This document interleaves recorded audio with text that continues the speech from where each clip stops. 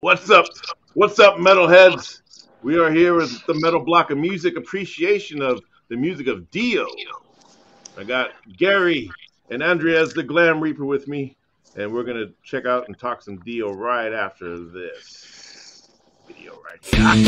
Welcome, headbangers, to the Metal Block. Here is your host, Eric.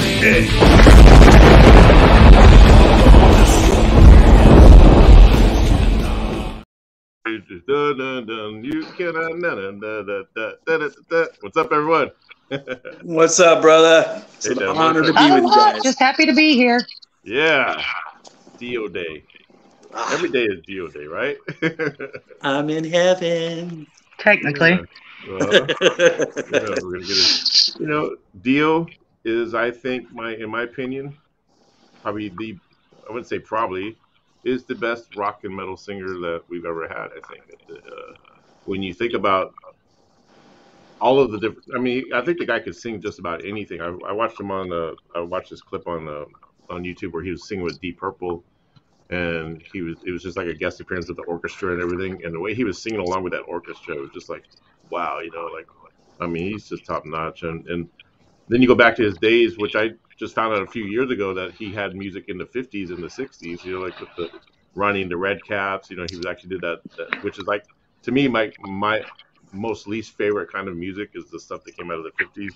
Like, but the way Dio does it, I'm like, it sounds good. So if I was ever to listen to that, he gets a pass for it. Yeah, he gets a pass because he does it really well, and that's the only time I'll ever listen to that era of music. I just think, my personal opinion, the 50s, I would hate to have been a teenager in the 50s and listen to that crap. That boom, doom. That was their rock and roll, man. Yeah, but I'm sorry for those guys, man. What about you, Gary? What does Dio mean to you? You got the shirt on? It's come a long way since then, thankfully. Yes. Man, I'll never forget the very first time I heard his voice. 81, I'm at a friend's house. Just moved to Merced that summer. And this guy goes, hey, man, you got to listen to this Black Sabbath Live Evil. And this new singer, dude, blah, blah, blah. And I'm like, he was playing that record, and I'm just sitting there going, wow. Yeah. Freaking awesome. And then my whole Dio thing just plateaued from there. I wanted to know everything about this guy because I was so intrigued in the magic, you know what I mean? That whole vibe. The mystical just hit home. Yeah, and then after that, I was just like, anything Dio came out, I tried to get whatever I could get. But you remember what? Because it was 81, right? So it was Heaven and Hell when you heard that? It was Live Evil. Live Evil, yeah, the Live Evil album. Live Evil came out, and what was that his last endeavor with them, with Sabbath, right? Yeah, I believe so. I believe it was like until they came back later on with that Dehumanizer or whatever. Yeah, and then that's when I, just people were like going, oh yeah, you got to listen to Live Evil and stuff. I mean, I had the first Black Sabbath album and stuff. And yeah, already knew about Oz and stuff, but blew me away. Been a fan ever since. Yeah, I used to love. I had a friend that had the Live Evil album. I used to just love the artwork, and I kind of knew very little about Black Sabbath at that time. And then when Dio would come on Rainbow in the Dark, when I got MTV, I would see that video all the time and think, wow, he's such a weird-looking guy. And I liked the song, but I wasn't like into metal yet at the time. I was more into like Journey and those kind of bands. And but it was like, but I didn't put the two and two together. Like I didn't think he was the same guy that was on that Live Evil album that my friend used to play, and which I liked. And that was such a weird time for me too, because I'm listening to Black Sabbath, the picture disc with Ozzy, and I'm not putting it together that Black Sabbath Live Evil was a completely different singer or a different, like era of the band. It was just, to me, it's just all kind of, I got a lot of my cassettes from the 12 pennies or 12 cassettes for a penny, where it's like, and I would just get anything that had a cool looking album cover.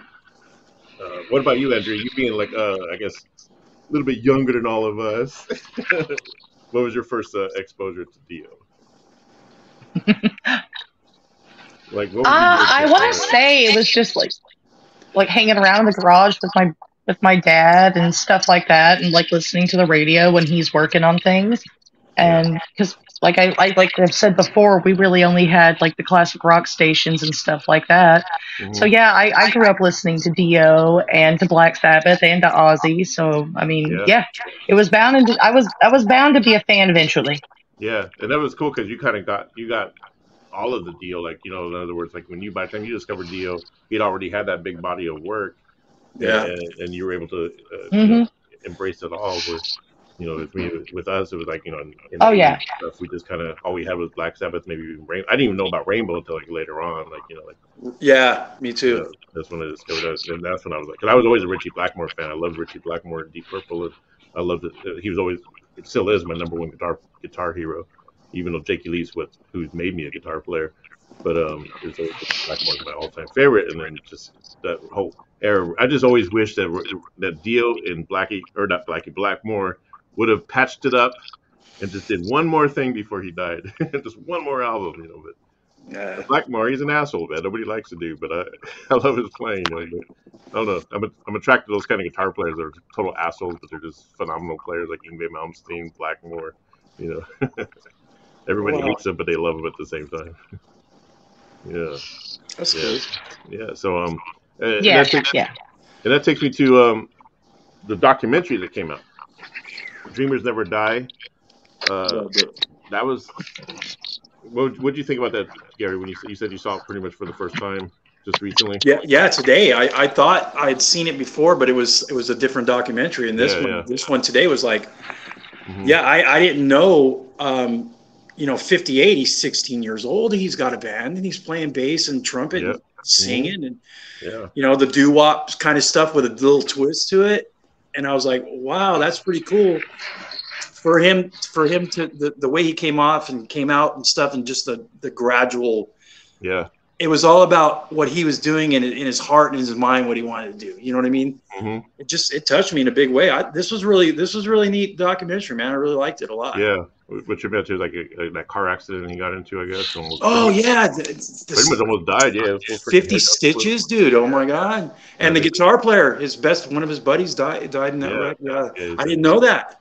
Yeah, me neither. That's crazy. That was a trip. Yeah, the whole thing was pretty trippy. But I got the book here, which is Rainbow in the Dark book, and I love that cover. I'm so slow at reading books, but I think most of that stuff is already in this book that was in the documentary. But but I just discovered it first in the documentary. Wow, that's cool. I didn't know he was a big avid book reader. I'm the same way. Oh yeah. Oh yeah, Lord of the Rings or anything. Anne Rice, Interview with the Vampire, all her whole vampire things, and yeah. I love books. The smell of books. I mean, you see stuff I post on Facebook. I'm a big book nerd too. Mm-hmm. But when I watched it and learned that about him too, I'm like, damn, I had a lot in common with the guy. But yeah, it was pretty cool. I only read comic books and graphic novels except for I music. read those too. I read those too. That's why I'm so slow, because there's no pictures. I've got a collection of that. In fact, just books. I've got a lot of like McFarlane stuff and things like that. So. Oh yeah, that's my idol. Todd McFarlane is one of my idols. Yeah, I've got one. It's Sin City, like the graphic novel for that. It's not open though. Oh. That's Frank Miller. Yep. See, that might be keep that close. Yeah, I love Frank Miller. Yeah, Frank Miller's badass. I always said if I got something and I wanted to open it, buy a second one to keep it sealed. Oh yeah. Even with action figures. That's what I did with my Hellboy ones. I got the junky ones to read, and I've got the nice ones to put away. Nice. There you go. I got the Holy Diver comic book too, and I forgot I was going to show that on camera, but it's in my living room. I didn't even know there was one. Really? Yeah. So a lot of bands that were doing that last year, and it was kind of a trend. And I think they're still doing. Like Anthrax did one, Dio did one, Judas Priest did one for Screaming Vengeance. It was like a reissue of the album.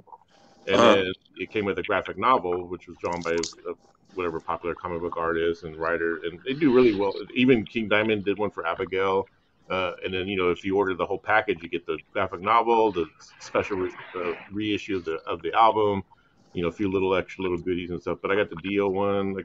I never got the Judas Priest one, but I got the Dio one. Wow, the only time I ever heard of bands doing comic books was Kiss. Yeah, Kiss does a lot, and Kiss is still putting out Dynamite Company is putting out Kiss comics. There's a lot of rock comic books still coming out, especially Guns N' Roses. They've had a few, and I follow a lot of that stuff on Facebook. What about you, Andrea? When you saw the documentary, what was your thoughts on it? I didn't get to watch it. With the way the heat stuff has been going on, I like nothing in my house was working. Our internet was out, and Yeah, that's understandable. Yeah. so I basically just played around on my phone and read a bunch of things and tried to do the best I could with what I had. Well, you're in luck because I do got a clip here where I was going to show the documentary, the trailer of it. You're definitely going to love it when you see it. I mean, it's going to blow you away. Here we go. Here's the clip of Dreamers Never Die, produced by Wendy Williams, or Wendy, not Wendy Williams, Wendy Dio. Not Wendy O. Williams. When you're a kid, you're looking for a voice that says, this is my generation. And then all of a sudden, here comes Ronnie James Dio. This is rock and roll that is going to change your life. Taking over for Ozzy. Can you imagine? He was the real deal. Ronnie's story traverses the whole history of rock music. A lot of people think of Ronnie as being the guy that did this and singing metal, but there's another side. Hell yeah, and that was the trailer for the DVD that's coming out. Check out, and this is what I'm gonna get. I've already got my where's it at? Where's my clips at? I got my blood pumping. Oh, look at this! Look at everything you get for I think it's $100 for the whole entire DVD box set. You get a Blu-ray, wicked. you get that, you get a little wristband, you get some stickers, you get a poster, freaking DVD and Blu-ray. My favorite colors together, black and red. Some kind of tour poster there. I don't know what that is. Some kind of music. That is cool. Yeah, so you get all that. So definitely. I like the little guitar picks. Yeah, it's pretty badass, huh? Like I wouldn't even use them. I'd like put them in a little box and hang them on the wall. Yeah, I got so many different because bands release. They'd be useless in my house, but you could like that would be a nice gift to somebody that actually plays. Yeah, right. There you go. Order it and send it to me. Do they?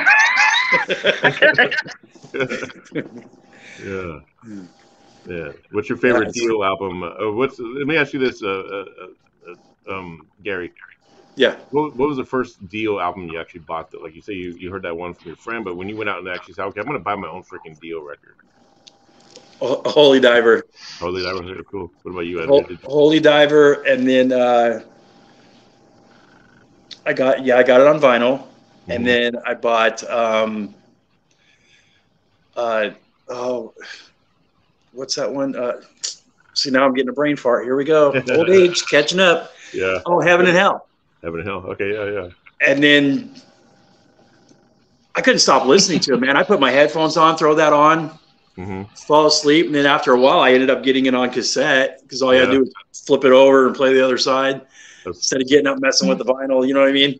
That's what I like about the documentary. And they show that one scene where those kids put on Heaven and Hell for the first time because Black Sabbath just got a new singer, and they're like blown away by how it sounds, even though it was acted out or whatever. But still, like that's exactly what people were feeling at that time when they first heard those guys singing these songs. And there's only if I had to choose one song that Dio can't sing good in Black Sabbath, which when I was listening to like the Live Evil, is I want to say it was War Pigs. I think it was either War Pigs. Yeah, I think it was War Pigs.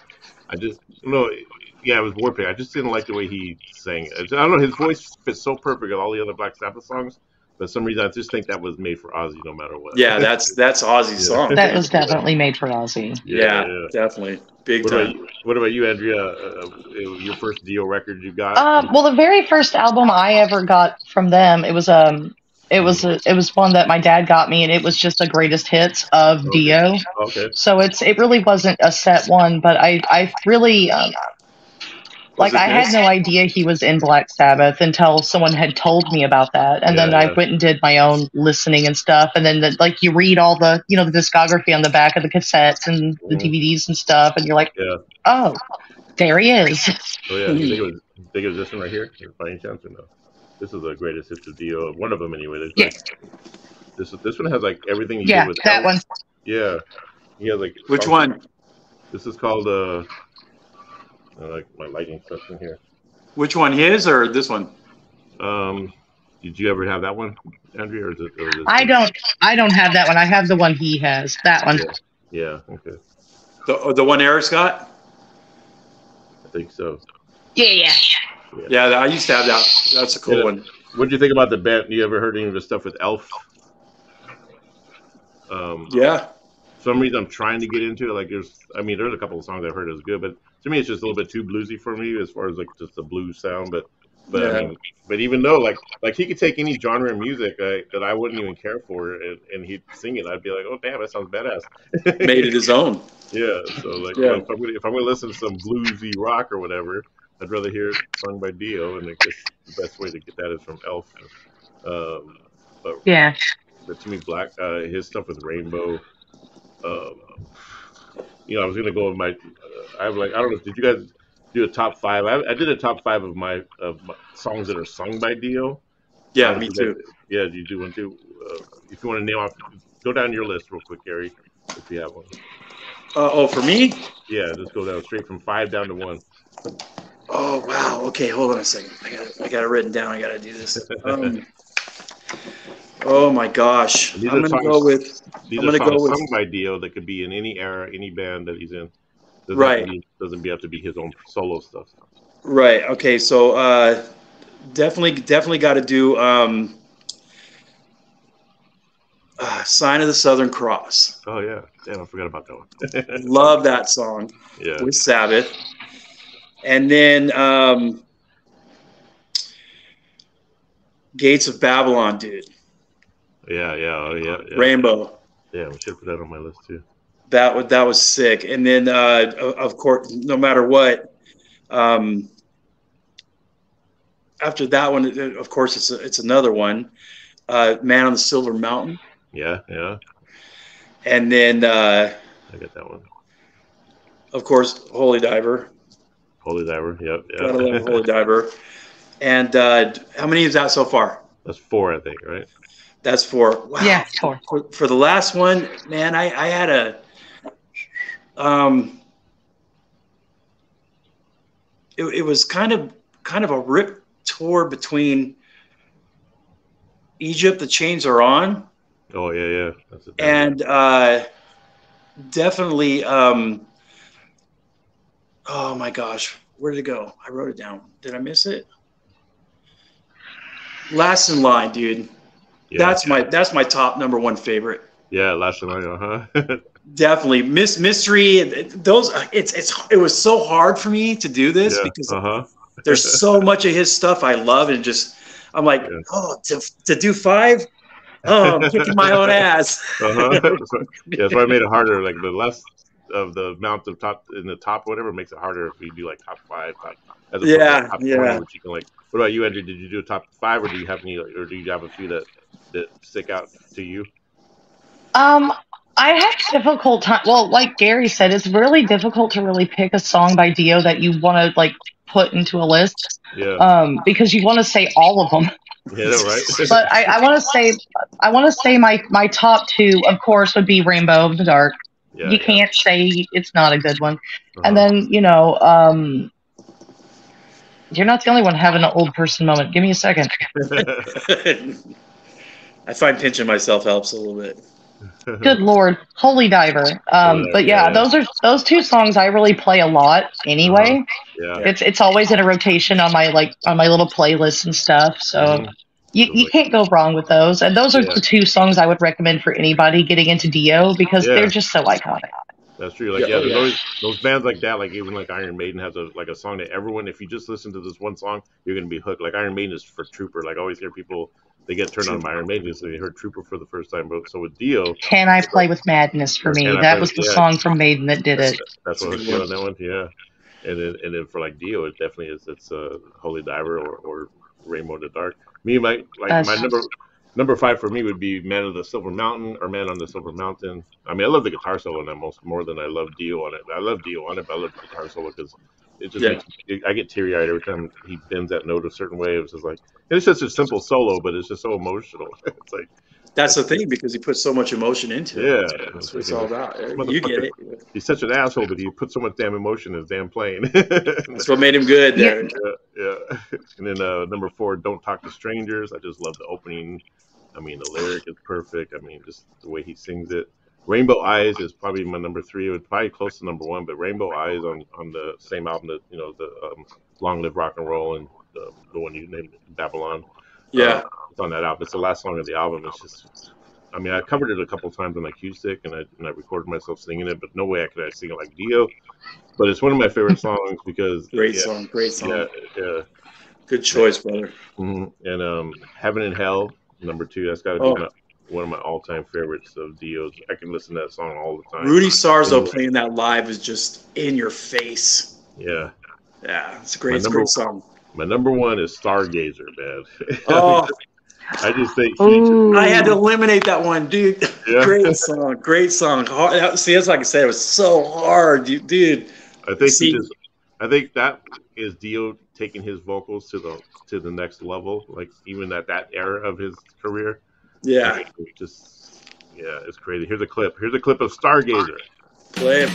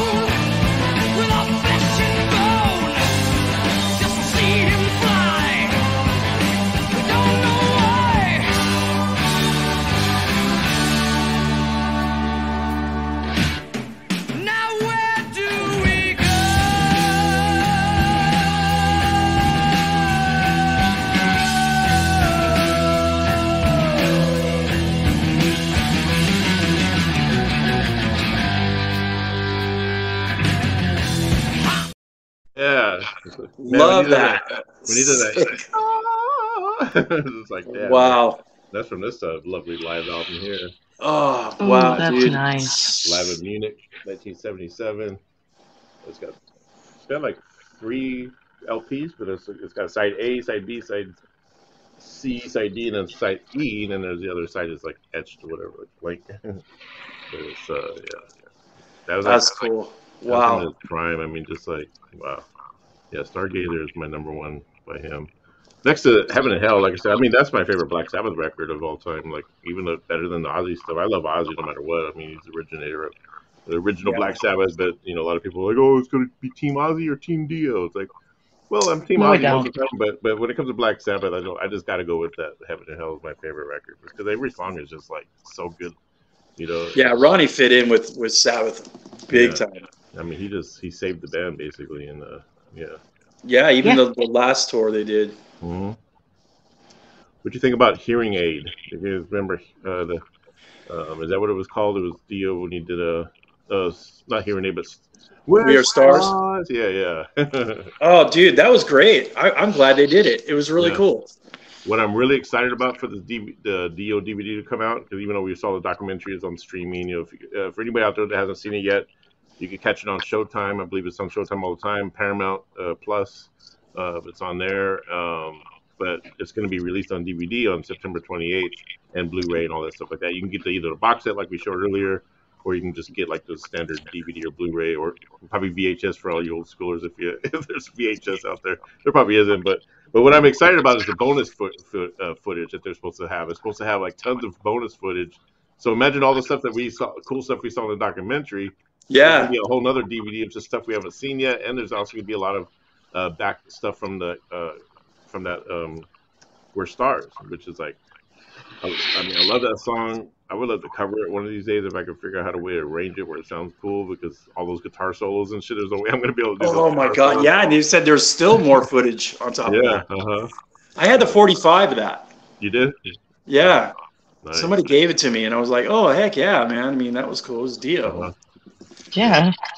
Yeah. And MTV was like when I first seen was a Holy Diver, right? Yeah. The video, and he's got the sword and all that stuff. And I'm thinking, I'm already a Conan the Barbarian fan. I'm like going, yeah. I mean, that's the way it should be. I mean, all the big hair and all the powder puff stuff. Dio was metal. Yeah. You know, Dio and Yes, was truly 80s metal. Yeah.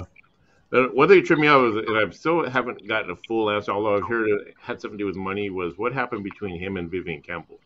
Because apparently Dio hated Vivian Campbell towards the end there. I don't even think they ever patched up anything.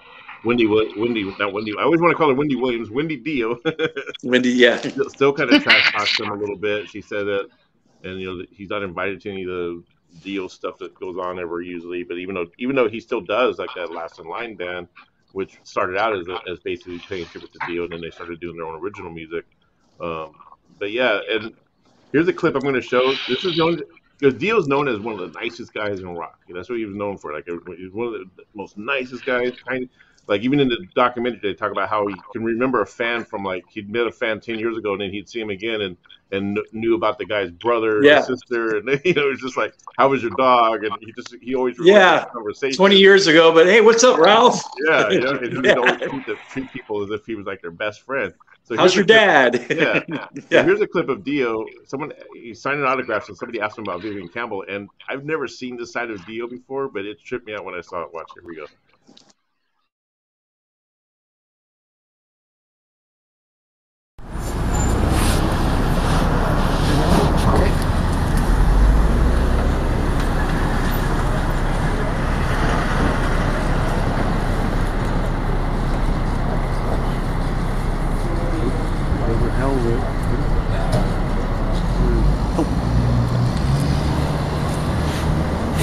Come from Guitar Center. That's the factory. What are they selling for? Like $5. $5. So it cost you 15 for the sign. It cost you $20 on the way. Thank you. Ronnie, I saw Vivian Campbell about a year ago. He said he was. Oh, you poor son of a bitch. Yeah, really? I hope he fucking dies. He's a fucking asshole. I'll never be nothing but a fucking asshole. He really is a fucking asshole, Ronnie. He really is an asshole. He won't stand out here and sign autographs like you. Yeah, he said he was going man on the Silver Mountain again. Yeah, right. He shoved man. I bet he wants to get back together. He's got 2 fucking chances. He really is a piece of shit. He is a piece of shit. He is. Vivian Campbell he said about me. You ever heard the things he ever said about me? I You called me the most despicable human being that ever lived. I thought I gave you a chance and made you somebody. Oh, really? And now you're playing with who? I know. Deaf fucking Leopard? Well, there's a fucking rock band for you to fucking have diarrhea with. Yeah, they suck. Too bad. Thank you, man. Thanks, buddy. Okay, yes, man. thank you. Do these things ever stop? Are we all done now? Well, they're going to be in a second because I'm fucking out of here.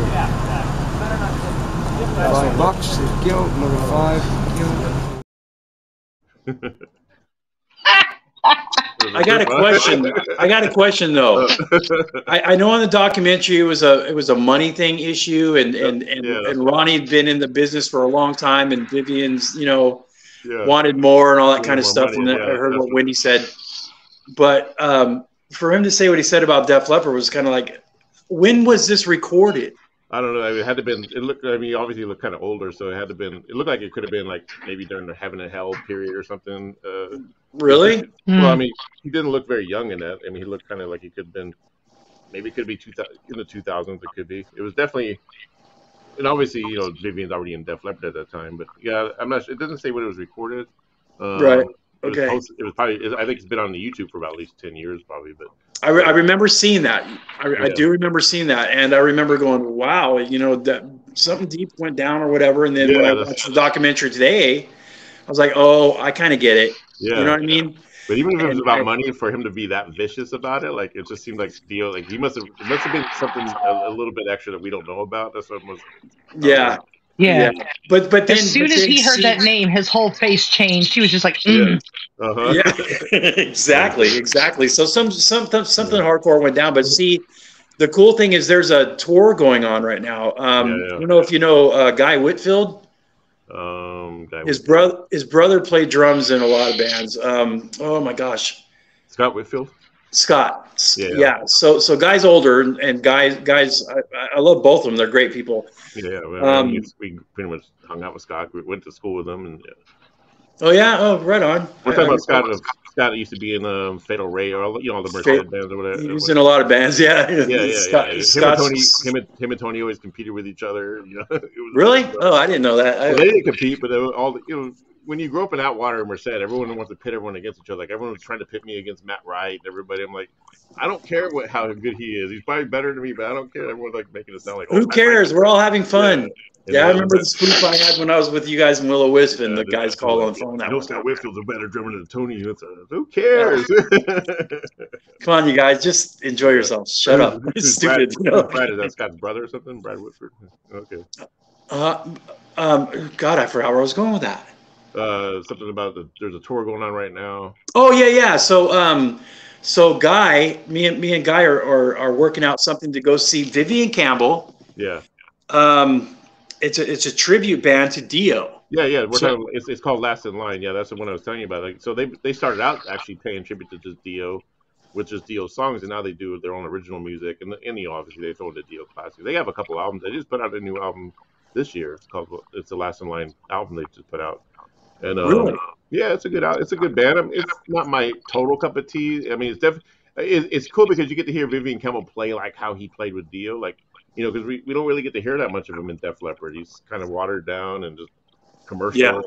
But this Last in Line band, it's got him, and I believe I forgot the singer's name, but he's sung and the drummer. From Dio and Sabbath. What was his name? Yeah, so we're talking the guy that was on the Heaven and Hell album, Vinny Appice. Vinny, yeah. So you got most of the lineup there. Yeah. And I think they're coming to Fresno, I think. And okay, yeah. So you're gonna go see what's his them. name supposed to get tickets? I don't know if he got them yet, or we're going or whatever. I haven't heard anything. I got to talk to him more about it. Yeah. Like that'd be cool, but if they're gonna not play Dio stuff, oh yeah, they play Dio stuff still. Just Wendy used to have a problem with it. I remember hearing interviews with Wendy Dio, and she used to have a problem with them doing it. But now she's just like she don't care about it. She's like they're not. She doesn't think they're doing anything that's impacting Dio's legacy. As a matter of fact, if anything, they're doing. Like I said, there must have been something really, really bad between Vivian, Wendy, and Dio. Maybe I don't know. Maybe they caught him in the bedroom or something. I was thinking money. Money thing. That's the story they want you to believe, but it could have. I think there's something deeper that went on. It's got to be deeper for Ronnie to be like that. It's probably a lot deeper than what we think. That's the other stuff is basically surface. The first thing you're going to jump at. It has to be something like bone shattering for him to act the way he did in that reaction. That was very personal. Yeah, very. Like it is shocking because you don't really think of Dio in that way. It's almost like if Mr. Rogers, you saw Mr. Rogers. No, but Dio was always one to be straight up. He was really, really nice. Like, yeah.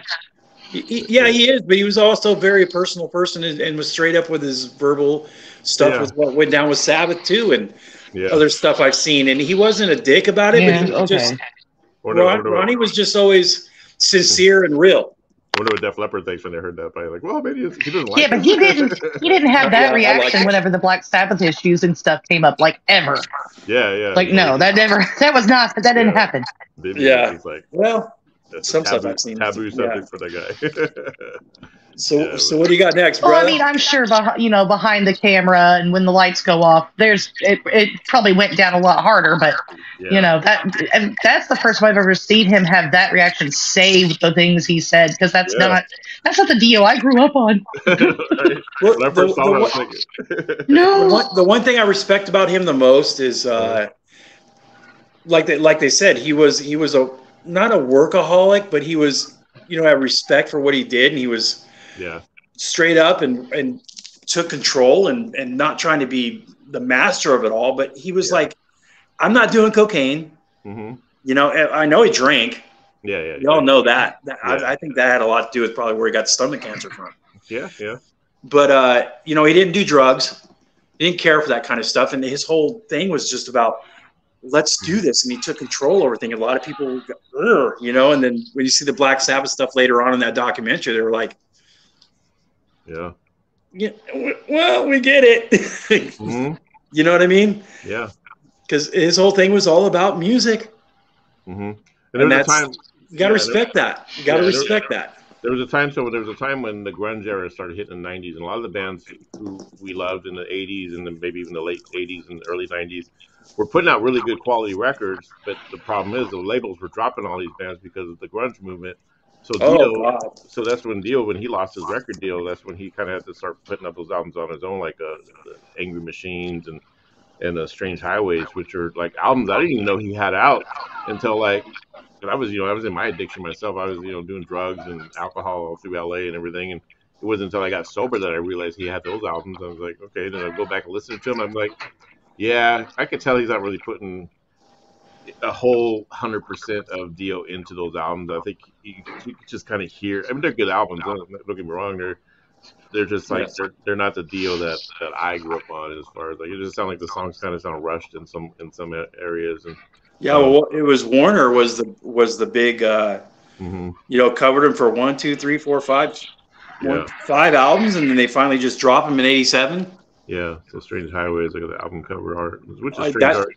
That's got a couple of good songs I really like on that album. Yeah, that's the only album I got to get. I got to get that as far as having all of the studio albums. That's the only one I still need to get. But I got this one the other day, or like a couple weeks ago. So on vinyl? Yeah, on vinyl. I'm just trying to get the reissues. Like this one's a reissue too, but it's like $40. But I paid like 20 something on that one. I get all my shit on Amazon. It's like this is better.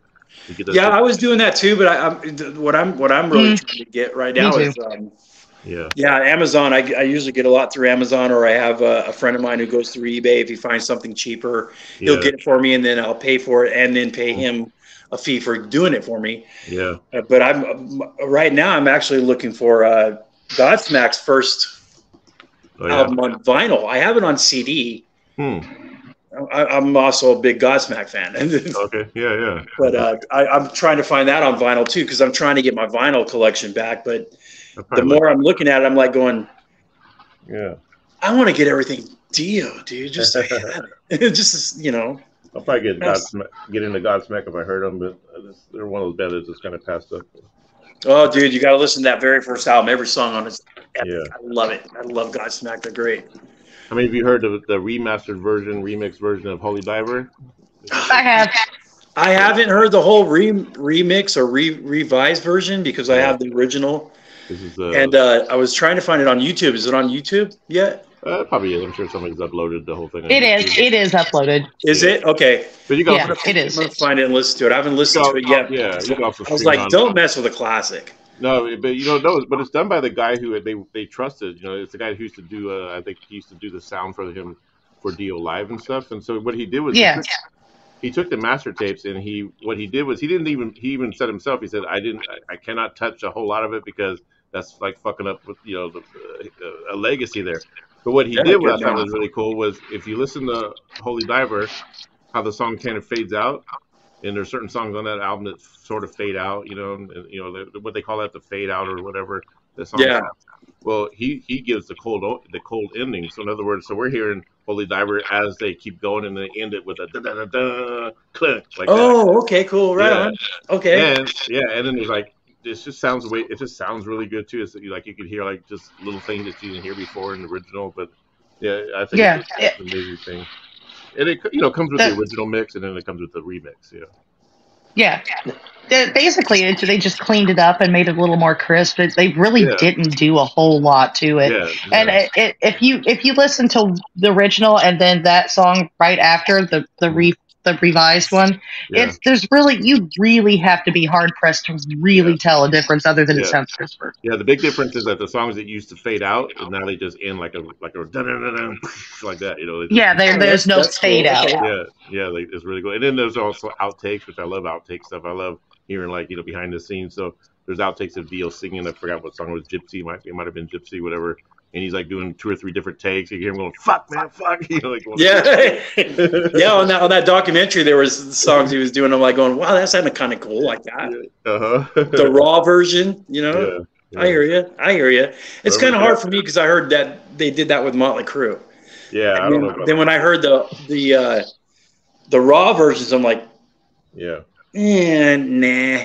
Now, if you get this on CD, if you get this remastered version on the CD booklet, which is like I've been getting a lot of these CD booklets, you get a booklet with a story and everything about the making of the album, pictures, and so. See, that's cool. I got that with the Dio best of, best of. And you open that up and you got like this big old book of it all. Yeah, all the musicians that played on what and when and how. That's cool. Comes with 4 CDs, so you know.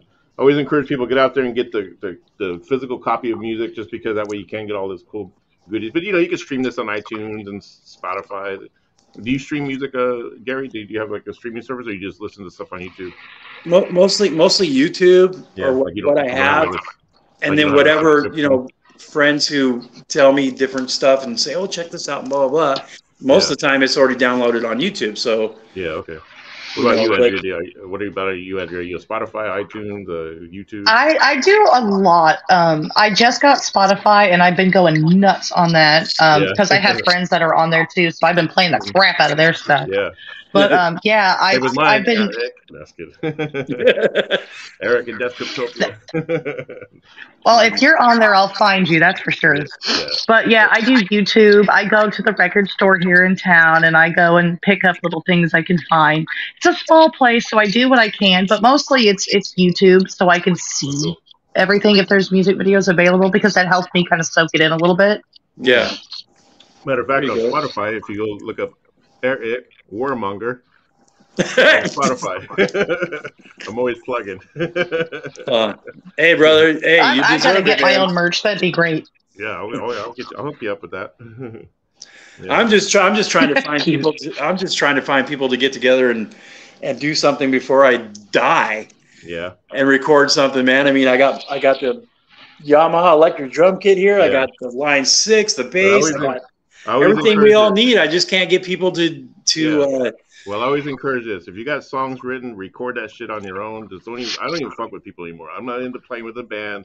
I'm not gonna go out and get no drummer or nothing, because I just don't want to deal with personalities. I can sing, I can play guitar, I can play bass, I can play keyboards. I just need drums, but I got a guy who could program really killer drums for me. So yeah, I don't even fuck with the band. Just put the music out, man. Who cares about getting the band together?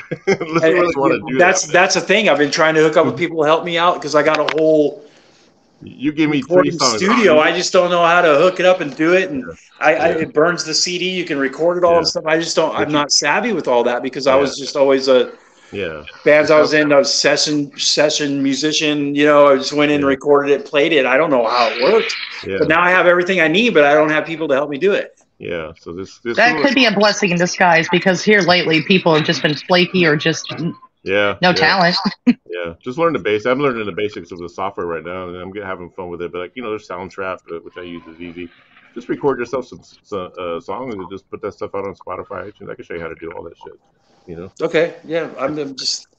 I gotta get motivated, because I get motivated with people who say, "Yeah, we're gonna do this and we're gonna do that," and then and then it's like, oh, because you're dealing with. You're guys. Surprised. People in bands that play music would be like, no. Yeah. No, because they always say, we're going to do this, and we got you. It is easier to say in the moment, and then when you realize that you got to do it, a lot of people, that's when they tip the fuck out. And then that's when I end up, I'm just wasting my time waiting. I mean, I can always come to your house and mess up all your stuff. I don't know what I'm doing. Exactly. Oh my God. You know what? If you were just to come to my house and walk through my front door, you can mess up whatever you want. Just as long as you're here. What the fuck? That's crazy. I'm kidding. I love you. You're awesome. I will happily screw up your guitars. I don't mind. I can always buy another one, screw it up, and I can just say, "Hey, she did it." Yeah. So, Autograph it. I'm gonna make $1 million. There's also, I don't know if you ever thought about joining the band, like if you thought of looking at that, or joining, like just looking at classifieds. Do they still have classifieds? Musicians looking for a bass player. Well, you know what you ought to do? You should just find new people, like just people that. The only problem with that, like I even thought about maybe putting together a band, but then everyone's gonna want to get paid. Like nowadays, it's like nobody wants to put in the blood, sweat, and tears. They're like, well, how much are we get paid? Yeah, it's not about that for me. I just want to nothing. Put something out there and said, look at what Gary did. Gary left a little legacy. Exactly. And you know what? But then I do kind of look. I was a bass player in Will-O-Wisp with you guys. There's part of the legacy right there. Yeah, that's an honor, and even though it didn't work out or whatever, but I was still a part of that. That's great. You're gonna be in the documentary. Yeah. Let's get back on some Dio here. Let's do this. Yeah. You have the memories. It's always going to be there. That's something you're gonna dwell on till the end of your days. And yes, very true. They never die. Just plus, and Eric's right. Everybody is obsessed with how much they're going to make or what am I getting? What's my cut? Yeah. Screw your cut. You're lucky if you get some Subway out of it. Just this is for fun. Let's do something. I'd even be happy with that. Make me a sandwich. We're on, dude. I'll play bass on your track. Feed me. But like Dio said, you did not just tell me to make you a sandwich. I'll sing for you. Make me a sandwich. I'm good. I'm paid. Yeah. Just feed me. Fuck it. Okay. Now it makes sense. Now you're not mean. Right. That's what I mean. Just feed me. I'm cool. That's a humble guy. I'm humble. Just like Dio says, dreamers never die. We never die, right? Amen. Oh, yeah. So, top 5 Dio albums. Just the Dio studio solo albums. You guys have a top 5 for that? Out of the, I think he's got like, how many studio albums does he have? I want to say I have them all pretty much except for Strange Highway. All total, I think doesn't he? Let me see. 10. Yeah, 10, right? Yeah. 10 just Dio, but before that, Sabbath and Rainbow and Elf. Well, I'll run down my 5. For me, 5th favorite album is Killing the Dragon, and that's an album I just recently got into because it's one of his. I think it's the album before the last album, which I always thought that was his last album, but I guess the Mystical Moon. What's that one called? The Mystic Moon or something like that. that's his last Mystic Moon. Yeah, the Mystic Moon, and that's his last album. And I have like a cool hologram version of that one. Are you there? Yeah, you hear me? Oh, I can't hear you because someone's trying to call me. Oh yeah. No. Damn it. My son's trying to call me from prison. What's up, son? Love you too, but I'm busy. Put money in my pocket, yeah, can always talk to you tomorrow. Call me back and just send you $100. Be happy. Anyway, what did you say you thought his last album was? I thought his last album was Killing the Dragon, but it's the other one, the Mystic Moon or whatever it's called. I thought it was Magica. Yeah, that's what I thought too, Magica. But I thought either Magica or Killing the Dragon was his last album, but it's a Mystic Moon. Okay, from what I have right here, original albums with just Dio. Yeah, just a Dio. It was Holy Diver, Last in Line, Sacred Heart, Intermission, Dream Evil, Lock Up the Wolves, Strange Highways, Angry Machines. Yeah. Inferno, that's a live thing, I guess. And then Magica. What was the one you were talking about? So the Mystic Moon or something. Let's see, I have it. Mystic Moon. Oh wow. Why didn't they show that on here? That's tripping me out now. So I'm probably saying the title wrong. Isn't that the one where he's holding the little? Yeah, it's got like a bowl or something. Well, yeah, it's It's like it's a crystal ball. Crystal ball. Thank you. Yes. Yeah. How come that is not on here? That's a trip. Was it after Magica? Magica came out in 2000. Oh, here we go again. He's trying to call me. I'm busy. Yeah. Okay. He's trying to call me. Oh wow! I'm surprised that's not on here either because I've seen that. Yeah. I've got to listen to that one. Yeah. I'm trying to find his discography here. Anyway, so when we talk about Dio and during his last years last year, like when he was diagnosed with cancer, stomach cancer in November of 2009. I believe, and then he passed away in May. So he had a good November, December, January, February, March, April, May. He had a good 5 months of life, even though we were hoping that he'd beat it or whatever. But what amazes me about Dio, it's called Master of the Moon. That's Master of the Moon. Yeah. Yeah, that was his last album. So what amazes me, we were both wrong. Yeah, it's like I know that's something to do with a moon and mystic and something or whatever. What amazes me about Dio is that, when you hear of a singer that says, I had to cancel because my throat's sore, or I caught a cold or whatever. Well, Dio, like, his last concert ever was in August 25th, which I have a clip I'll play here in a little bit, of August 25th of 2009. And he was diagnosed with cancer in November of that same year. So probably in August, I would imagine he was probably just experiencing pains, I would imagine, maybe probably getting sick and not knowing what it is, but well, he went a whole year undiagnosed, and he was with Sabbath, and they were like, before he would go on to do the show, he was bellowed over, and he'd do the show and do a great show, and then get off and be all bellowed over and sick, and he went a whole year undiagnosed. So check this out. This is from August of that year. Go ahead, Andrea. Yeah. Go ahead. Well, before you do that, like him performing and then coming off stage, just backstage, to hurl and be in pain says a lot about the man. Yeah, I mean, and he's a legend for a reason. That's even more metal. Yeah, so here's. Yeah, seriously. Oh wait, no, that's his other thing. Here's a performance.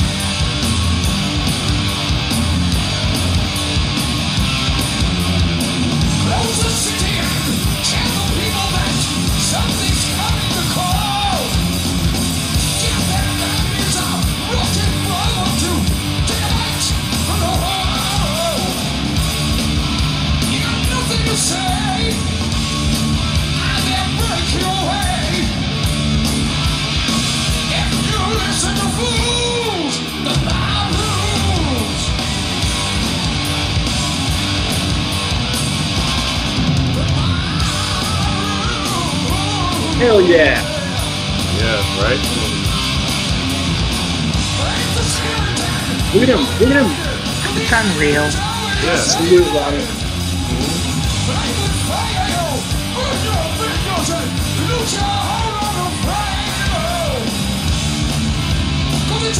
Like, that's the ultimate way to say fuck cancer, right? That's the ultimate way that Ronnie said that he felt more peace and life was performing for the people. It was about giving himself. It wasn't about the money. It wasn't about this or that. It was about giving himself to the fans, and to be dying of cancer right there. Yeah. And doing that, that's the ultimate fucking metal ever. Yeah, and that was a few months before he actually got diagnosed. I mean. Yeah. Right. And he'd been living with that for over a year. Mm-hmm. Come to find out, wow, that's so much more respect. I mean, he could have easily just said, well, I'm done. I can't do this. I'm obviously not going to get any better, so I quit. But he didn't. Yeah. Never stopped. He kept doing it. And Yeah. That encourages me. I always see that meme that goes around Facebook. It is very encouraging, because if you think about that, if you think about just how terrible a cancer diagnosis can be, and then you take that and you just run with it and say, fuck it, I don't care, I'm doing this. I mean, damn. That was his whole thing. That's what he gave us, was that thing to just keep fighting no matter what. Yeah. We can do this. If you set a positive mind on, you can do these things. Mm-hmm. It's not about the money. It's not about the fame. It's not about this. It's about what encourages you. What if you like music, this is your stage. Do your thing. Yeah, and it was always a positive thing. And and his music, if people listen to it, even though they all say, "Oh, Satan," and bleh, he was all about encouraging people and opening your mind to all these things and understanding. Yeah. Fucking Ronnie, dude. I'm glad you did this, man. This is dude. Yeah, I mean, Dio's, like I said, he's the greatest there ever was, ever lived, and he's our Elvis. We are our grandparents. There will never be another Ronnie James Dio. No way. No way. My parents were all about this. The Beatles and Elvis. It's like, well, this is my Beatles and Elvis. Like Iron Maiden and Dio are my Beatles and Elvis. and how did you get a Dio? Yeah, Beatles and Elvis was his. Yeah. Encouragement. Like Kiss, Beatles. So you got to. Yeah. You got a more refrained version of. Absolutely adore Elvis Presley. I will. Yeah. I actually have a lot of his vinyls and stuff that I picked up. I love Elvis. Yeah, I love that. I love the movie that came out recently. It was a really good movie. With Tom Hanks in it. It really was. It was a really good movie. I got to see that. I got to see that. You want to see it? It's good. Yeah. I haven't seen it. And I was an Elvis fan too growing up. My mom, my mom wasn't a musician and stuff like that, but there was always music playing if it wasn't Elvis, Hank Williams Jr., Willie Nelson. There was always something playing in our house. And it was like when I found Kiss, my mom was like, I like dancing. She was like, that music makes me angry. Yeah. But then again, she was like, well, shit, he's into music.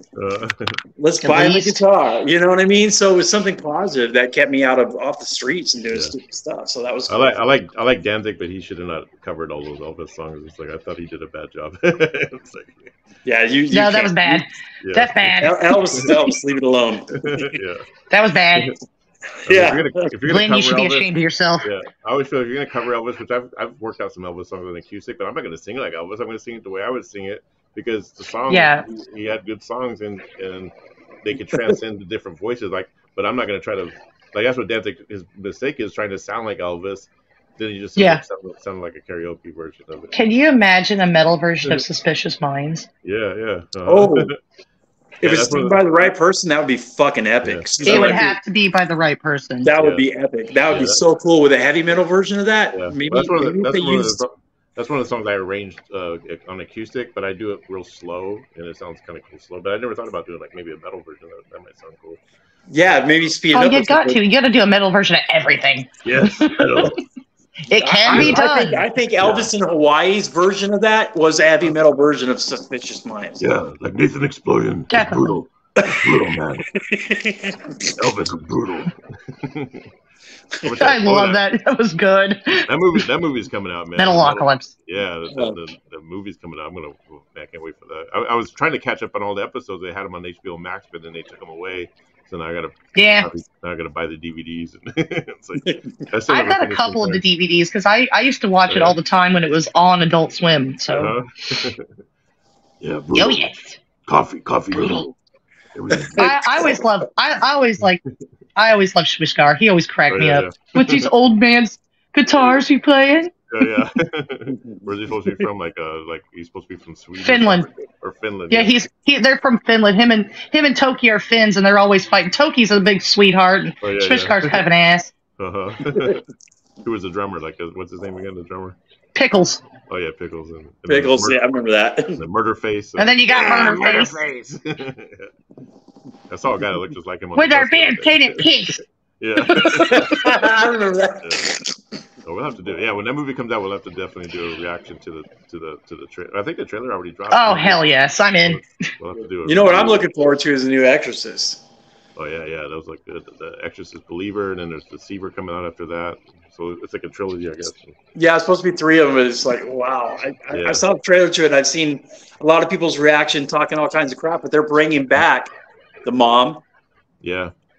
And they're bringing back, I'm like, whoa, that's going to be a little trippy, because I like the way they start writing different stuff. I was wondering where I've seen that lady at before. I saw because she was on Law and Order Organized Crime, as she played Stabler's mom, and I was like, where have I seen this lady before? But she's the mom in Exorcist. It's like, wow. Yeah, but I met Linda Blair in person once. She's a super cool chick, and she's oh, that'd be cool. Really? Did you get an autograph?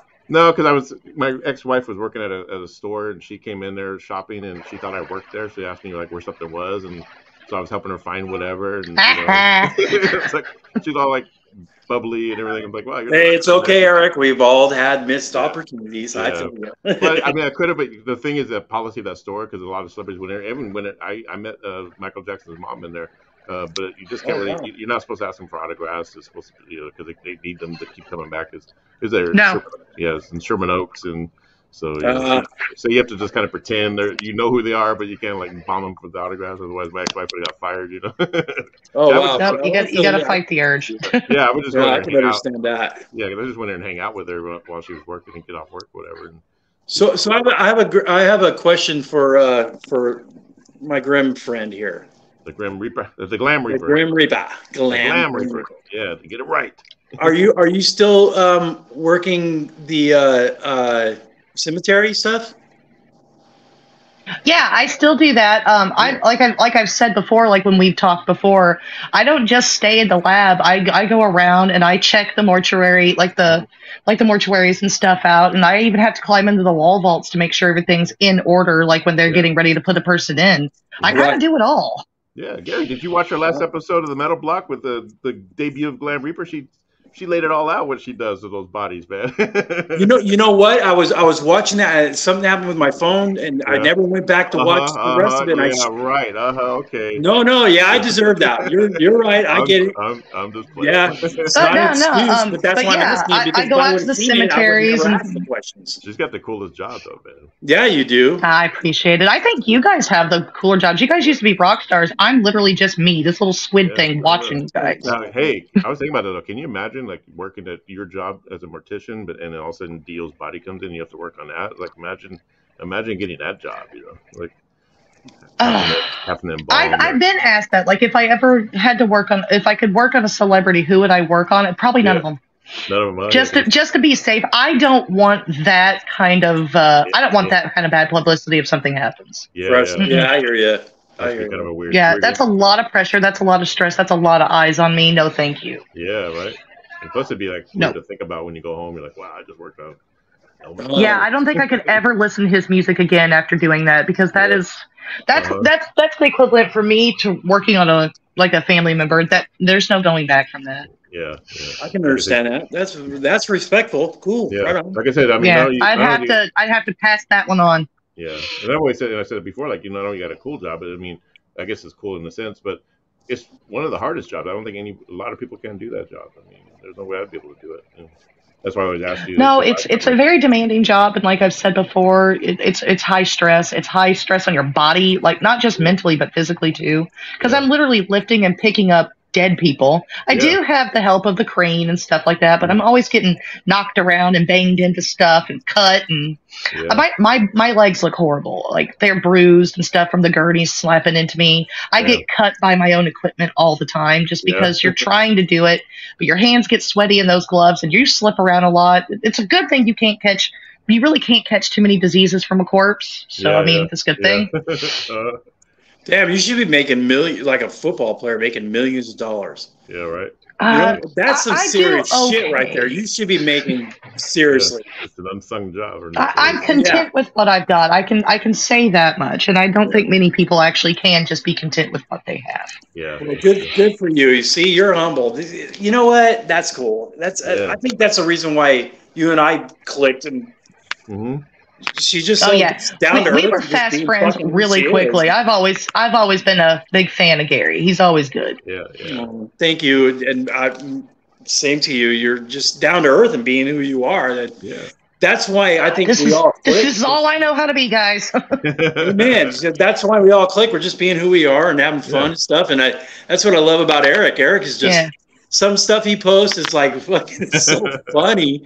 But it's just Eric being Eric, and I respect that. Just, dude, fuck yeah, be you. I was having a conversation with my clients today, and I do the group therapy with my alcohol and drug counseling, and they like the fact that I let everyone just be themselves. Like, when we have a group, most places they're like, you got to stick to the curriculum, you got to do a bunch of weird exercises, and if you talk or say certain things, you might get offensive. I let everyone just talk how they talk on the street. I say, you know what, I want you to talk exactly how you talk to your friends on the street, whether you cuss, do whatever, because the difference is you're doing it sober And you're actually going to see that you can actually have fun and have good conversations while you're sober and not have to get high or get jacked up. See, that's respectful. Yeah. That's Yeah, awesome. so Right on, Eric. so I get a lot of accolades from clients that say, "Yeah, it's cool how I do it like that." And Well, see, you're opening a door for a new I call it genre to go through, and they're not cool. But oh I call well. it conversation therapy as opposed to alcohol. Exactly. I'm Well, still it's waiting good for you that to post that you do that, because when you start putting limitations and like keep everyone confined to a curriculum,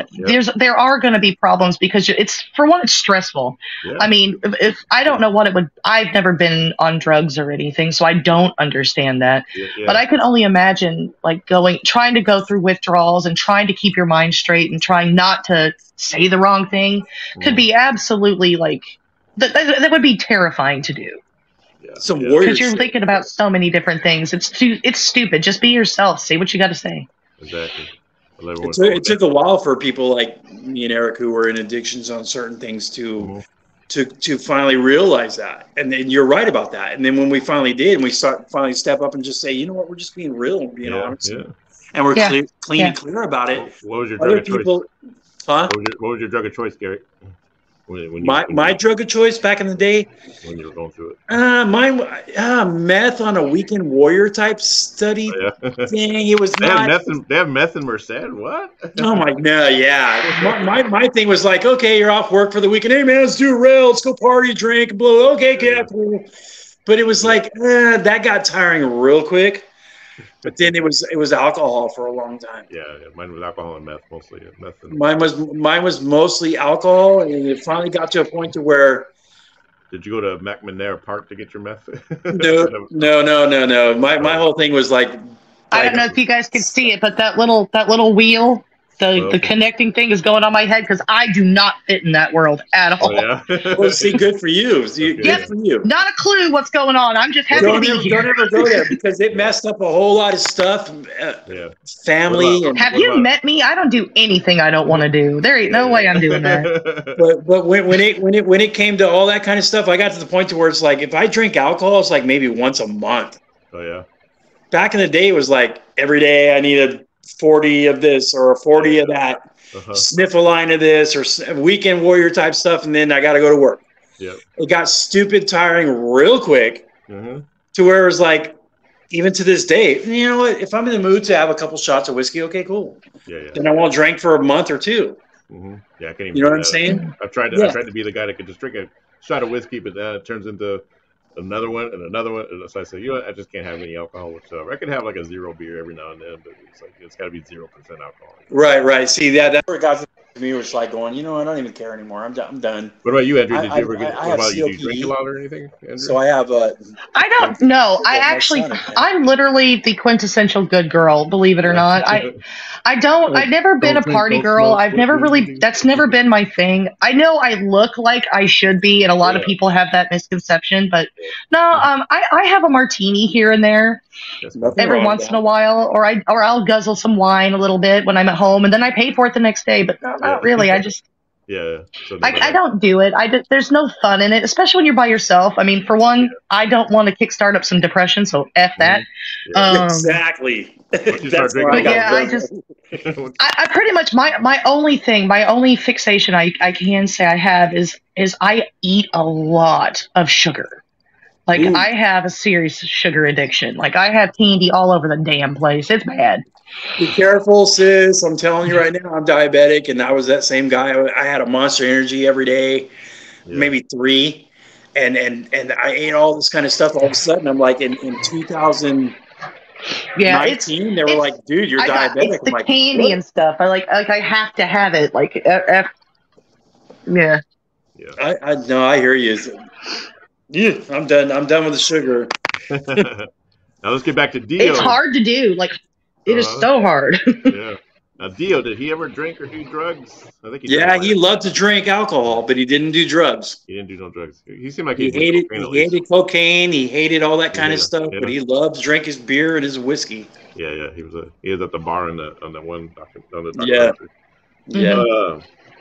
Favorite album by Dio of any era? What's your all-time favorite? Do you have one, Andrea?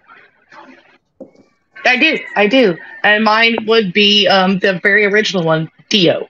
Just labeled Dio. Yeah. Mm-hmm. Holy Diver. When he was just coming out. And I didn't know that was my favorite till like a couple days ago when I was listening to stuff on YouTube. And yes, that's the one. Yeah, that's a Holy Diver album. That was his very first album as a It is solo Holy Diver? Oh, I thought it just said Dio, so I didn't know. Yeah, this is Holy Diver really small. Holy Diver on the bottom. Yeah, but I mean that's his first album as a solo artist, and which I mean, which is going to be many people's favorite album of his of all time. Mine's Heaven and Hell. I just love that album. I think it transcends past beyond anything he's ever done solo wise, and really, I think so. I mean, I love his solo stuff. Don't get me wrong. When it comes to the solo stuff, my number one record for his solo stuff is Last in Line. I mean, I love Last in Line. It's like see, yes. I mean, that whole album. Don't even ask me. You're absolutely right. Last in Line is my favorite Dio. Dude, you got We Rock, Last in Line, Breathless, I Speed at Night, One Night in the City, Evil Eyes, Mystery. Yeah, Mystery. Yeah. And then you got Eat Your Heart Out in Egypt. The Chains Are On. Yeah. Epic album, dude. I need to get that vinyl. I got the vinyl of it, but I just got a picture disc, and I hate picture disc, but I want to get the regular vinyl. I got the original school vinyl, dude. Yes, I need to get that. I'm waiting for them to I know next year they're probably going to do what they did with Holy Diver. They're going to do the whole anniversary thing with the remix and everything. So I'm waiting for that, and I'm going to get the whole box set. Yeah. It's really hard to find. Like Gary wasn't kidding. It is hard to find vintage Dio because people have collected. They're not giving that up. Yeah. Ever. First pressings. I mean, you can get the reissues at decent prices. Yeah. The first issues or the first pressing is through the roof. Lock Up the Wool. You're gonna get cut trying to get that off someone. To this day, I'm still trying to get into Lock Up the Wool. I still think it's a kind of a. I don't know what something went on with that record where I know it's a young guy that just started playing guitar with him, Rowan Wilson or whatever his name is. Rowan, young kid. He was 18 when he joined Dio. Oh yeah. And he was excited. Hey, I'm going to be in a Dio. But for me, the song's just there's probably a couple good songs on there. I love the album cover. It didn't resonate the best. Yeah, I love the title and stuff. But just Lock Up the Wool was just not a good record for me. I love Killing the Dragon. I love the song Push. It's really good. You guys ever hear the song he did with Queensryche on that Operation Mindcrime 2, Part 2? That's a really good song. I can't remember. I did. Yeah. No, I didn't really. What? Can't remember the title of it. It's Yeah. Wow, now I'm really feeling stupid. Yeah, go on, Dio. But it's okay. No, don't feel stupid. If anybody needs to feel stupid, it's me. You're not a fan. Get off my show. No, I'm like, what? Really? I didn't even know. Educate me, bro. I want to be educated. The song is called... hold on. I got to go tell the kids to calm down. They're in there fighting. All right. Let's go yell at them. Bring them on so we can pit them against each other and place our bet. Hey, guys. Everybody says be quiet and be good. We want to embarrass you on the internet. We want to see American Gladiators. The little one's going to win. I can just tell you that. Be good. So the song is All called... right. We're good. We can go back now. So the song is called The Chase, and that's by Queensryche on Operation Mindcrime 2, which is not a very good album. It's supposed to be part 2 of Operation Mindcrime, obviously. Came out, flew under the radar with a lot of Queensryche fans just because, during that time everyone's listening to Godsmack, like you were saying. Yeah, but still, no, Operation Mindcrime, I loved.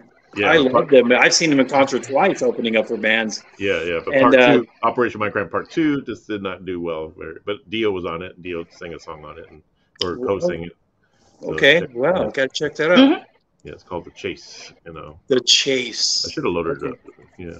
But yeah, Eric's right. A lot of people didn't know about Queensryche because everybody was listening to like Mudvayne and stuff like that. So they kind of went. They went under the radar. But yeah, I was lucky enough to know that Dio did some stuff with them. Queensryche's first album when it came out, I was hooked. I was a Queensryche fan. Yeah, I'm gonna do a music appreciation of Queensryche. Well, see, a lot of people aren't lucky like that to have known them as long. No, yeah. I was introducing him. I've only found out about them the last 6 years. Oh yeah, okay. Really? Wow. Yeah. So you probably that's what's cool about this kind of what we're doing right now is she's sitting there saying, "Wow, I didn't know about this until this and this and that, and we knew this back in the day." It's like, yeah, that's she is bringing an entourage of our shit into her generation, which is so fucking cool, dude. Yeah, that's the goal. That's the appreciation I feel, and I love it. Well, the beauty Kudos to you, girl. The beauty about getting into Queensrÿche 6 years ago is that you got this.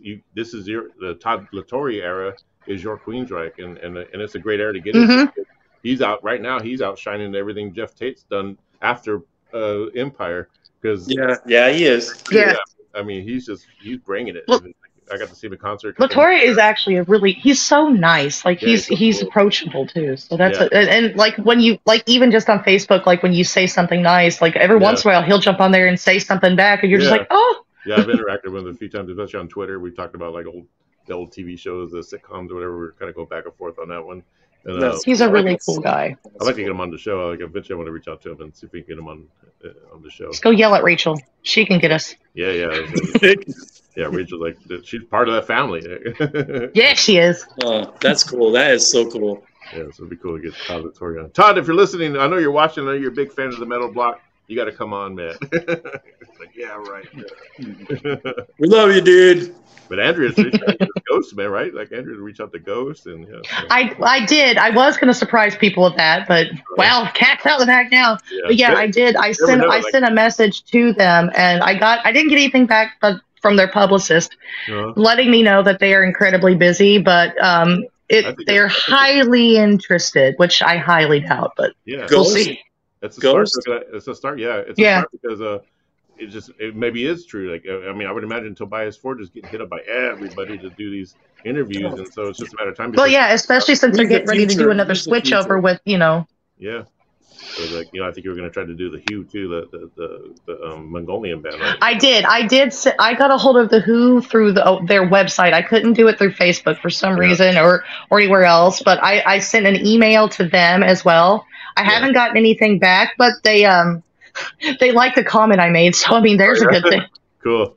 Yeah, so I want to I would definitely get them on the show if we could speak Mongolian. You said you speak Mongolian. They speak decent English, and I know enough Mongolian to keep a conversation going if we get stuck. So that's a good thing. You're hired. Oh, awesome. That's awesome. Freaking yeah. Yeah. I can't wait to go see them in concert, man, with on the 3rd. You guys got this. The Dio Funko. Yeah. I didn't know they had one. Oh, look at him. You can still get it. It's still on sale. I think you can still get it at a decent price, like less than $20 if you go on like Amazon or. I got this on Revolver Mag. Dio's butt's in my face. Yeah. Stop blocking her face. You heathen. That is just some evil shit. Stop doing that. Dio action figure. This is going to Gary because I got two of them by accident. So I was going to send Gary this one. Oh, look at him. You know what? When he told me that earlier, before he put this on right now, Eric, brother, I love you, man. That is so fucking cool. Yeah, I was thinking like, what if he already has it though? But I said, nah, he don't. No, I don't. I couldn't afford to get it because I'm paying off a credit card, and it was like. And I figured when he said that, man, it really, wow, dude, that's brothers right there. If you did have it, then you could just take it out of the package and pose it, That is so. I'd play with it. I'd play with them. I'm bad with that. I had the Ghost action figures, and I play with them too. So I got a few of those too. Not supposed to, but I'm gonna. I want to get the one that Eric has where he's all in black with the old school black one. Can you show that one?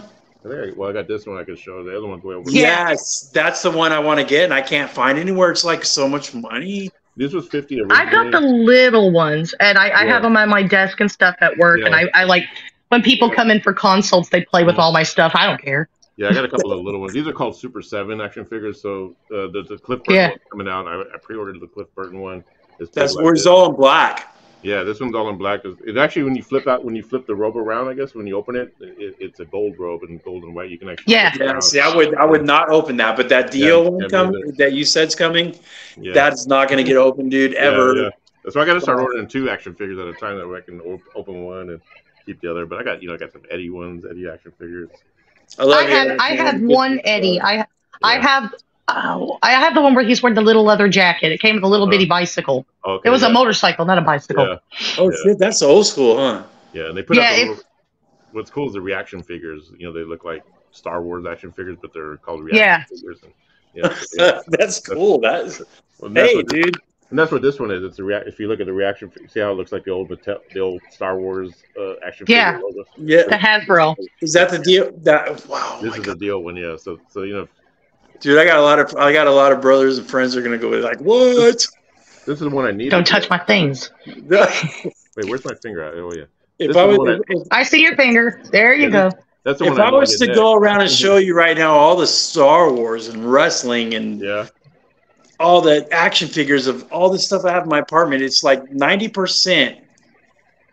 It's still in boxes hanging on the wall. Yeah. You know what I'm saying? And even that one coming, that's not going to get open. That's going on my wall. Yeah. Bottom line. And yeah, you definitely don't want me to come to your house within 5 minutes. You'll be mad. I'm going to play with everything. And so everyone, well, as long as they're in packages. So if you're saying to play with everything, and the ones that are in packages that you can't play with, yeah, come on over. Yeah. I'm being stupid. I love you, sis. I'm just kidding. Oh, you're fine. I know. I'm just picking at you. And just so the audience knows, just in case everyone's just joining us, we're talking Dio. We're also talking a bunch of other fun stuff. But if you saw us playing a video and the video gets like you don't see the video, but you hear us talking about it, it's probably because YouTube blocked it out and edited it out. But so I'm taking a chance on playing some of these Dio videos because, you know. Can you play Mystery? No, I couldn't play anything that was owned by Rhino Records just because they shut that shit down quick. That's why I can't find them. No, you all the copyright stuff you'll get a strike for. So yeah, you can find them on YouTube, but it'll be a Rhino off the Rhino. It has to be officially from Rhino. You can still get them on YouTube, but it's gonna be Rhino. Like I couldn't post it. Oh yeah. Because then they'll block. Wow. Yeah. So. Great song. That's what happens sometimes with these metal block video. My idea when I did the metal block in the original was going to be like kind of like Headbangers Ball, where I could play a bunch of videos. What I found out was I couldn't play a bunch of videos because I kept blocking half of them, and so I had to edit half of them out. So I said, okay. Yeah, then you just kind of sitting there like, freaking America. Yeah, so I got to play just clips. But let's check this out. This is from the Dreamers Never Die. This is, I guess, the outtakes from the what's the hearing aid to. We're stars. I always forget the title of it. Anyway. Play it, brother. Play it. Right on. Climb the rainbow. You're a star. We are forever, you and I. We stars. At the time, they were doing We Are the World.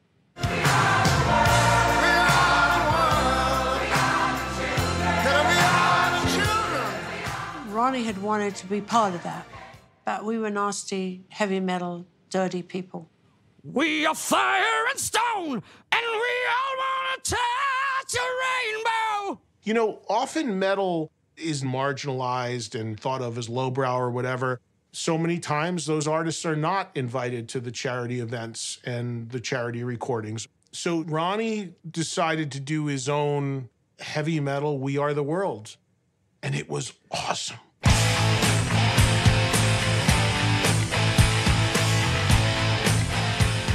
This project came about because of a radiothon that the station KLOS held for 2 days. Our bass player, Jimmy Bain, and the guitar player, Vivian Campbell, noticed the lack of people representing our genre of music, our kind of stuff. Ronnie just wanted to show that we want to help too, but do something that's a little bit different. Every single musician that made it in the 80s, you know, we grew up listening to Ronnie. So anytime Ronnie would say, listen, I need you guys, we would say, yes, we're there. Because we wanted to be like him. He was a hero to all of us. You can think about anybody who was anybody on top at that time, and they were there. Do you know a lot of the people involved here today? Well, I'm meeting them out there, aren't I? I met the Yngwie Malmsteen person, you know. He's great. I like the way he puts Yngwie J. Malmsteen on his album, so you know you don't confuse him with all the other Yngwie Malmsteens in the business. You've got all of these people. We all know about each other and what we're famous for doing and not doing. Ronnie was the captain of the ship, and he steered us through what could have been an absolute catastrophe. I think it was funny. So you don't I bust out laughing at that one. Don't confuse. No, I don't bust out laughing. I bust out saying, yeah, fucking respect for Ronnie, dude. Yeah. That was Oh no, great. not that one. Just the Ingby Malmsteen thing. Yeah, that cracked me Yeah, up. when I was- no, I hear you on that. Yeah. That was hilarious. Wow, dude. That got me. That was really deep. Yeah. Yeah, but I'm not really surprised because it is that she was right. The metal genre is considered, not the stuff that you want to be seen with. That's not the crowd you want to be, with. So I think it's great that he said, you know what, fuck that. We'll just do our own thing. Yeah, well, and it raised a good amount of money. I think it was like 50 million or something. It was a big number that they raised from all that. And I remember just being part of that as being a kid and watching that for, maybe 16 or 17 years old. But yeah, and but what I thought was funny too is I love the guitar solos, and these guitar solos keep going and going and going. Yeah. The entire video. But I love when I was watching the video the other day, and I just realized that Vivian Campbell's playing along with Craig Goldie, and I'm thinking Craig Goldie just stole his job afterwards. It's like, that had to have happened like before Vivian got out of the band. I was thinking, oh shit. Why did Dio invite? It was really weird to see him in that video after hearing what he said about him. I was like, oh. Yeah. that was before all that. And before, but still, I mean, it's still kind of crazy to see though. It's like, what happened? Knows to this day he fucked up in what he did. He shows respect now. Yeah. So gotta give him kudos. But back in the day, Ronnie was like, "Fuck, dude, I know Ronnie." Show some fucking respect. I haven't heard a whole lot of interviews by Vivian Campbell, but I've never known that Vivian to talk bad about Ronnie. Like Ronnie was saying in that video that, he talked shit about me, and it's like I never heard Vivian say anything bad about Ronnie. But hey, right now, like I said, he's doing. He might have been really careful about who and where he said things at too. Def Leppard paid him enough to shut the fuck up. Yeah. Right. Yeah. Yeah, be that's quiet. what I would say. It's like going here, man. You're with the best band going on. Right? You may have talked crap, whatever. Here, now, just Gary, let it go. Gary, are you a Paul Gilbert fan? Have you heard the Paul Gilbert's version of Dio? Have you heard the Dio album by Paul Gilbert? Just came out this year. No, it was last year. It was 2022 album. Honestly, no, brother. Do you know what it's about? This guy did an amazing. I played this for Andrea, like on our last episode. It was part of my top 10 or whatever. So what Paul Gilbert did was he took it's called the Dio album. You can get it anywhere. You can stream it anywhere. It's on YouTube and stuff. And Paul Gilbert, he just did instrumental versions of all of Dio's songs, but instead of Dio singing, he's doing it with the guitar. And he did it so good that you almost feel like you're hearing Dio sing. Like, you know what I mean? Like, yeah, it's good. Yeah, like the way the lead. Watch, so I'm going to play a clip, and this is Holy Diver, done by Paul Gilbert. Well, see, now I kind of feel.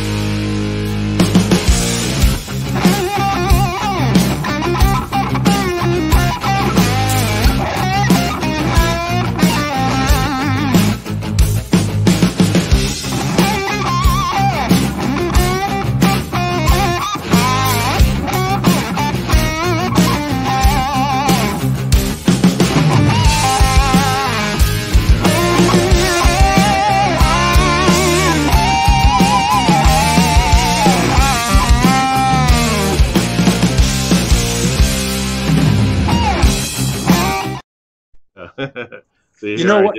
Wow, it was deep until it got to the point of where the vocals were supposed to come in. It was guitar. Yeah, well, so it's guitar doing the vocal melody. So obviously you can't get real Dio on there. So, But right. I think it's So brilliant what he did. it was kind of like, it was, yeah. But other than that, yeah, I liked it.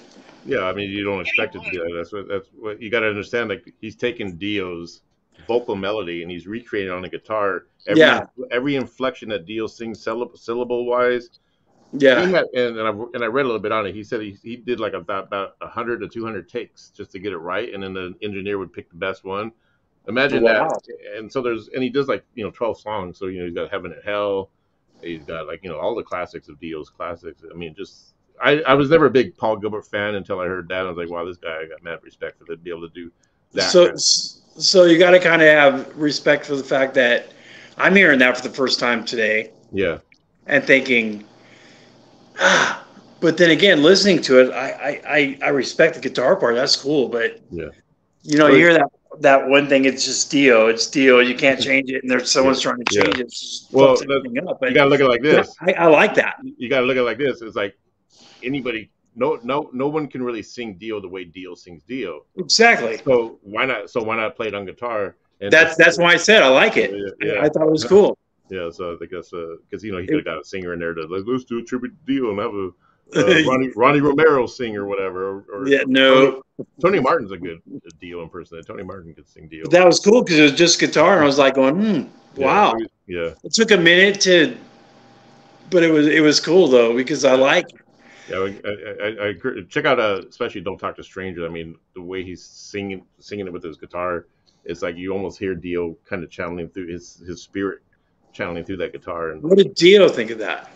Probably up in heaven saying, "Oh, that's pretty damn cool, man." Oh, so this was after Dio passed. Yeah, this came out this year, man. Where you been? Oh, okay. You need to get outside more, man. This is a new album. This is a 2022 album. This came out last year by Paul Gilbert. He did the entire. It's called a Dio album, so he did a tribute to Dio. That's cool. You know what? Pass it on to the next generation. You do it, boy.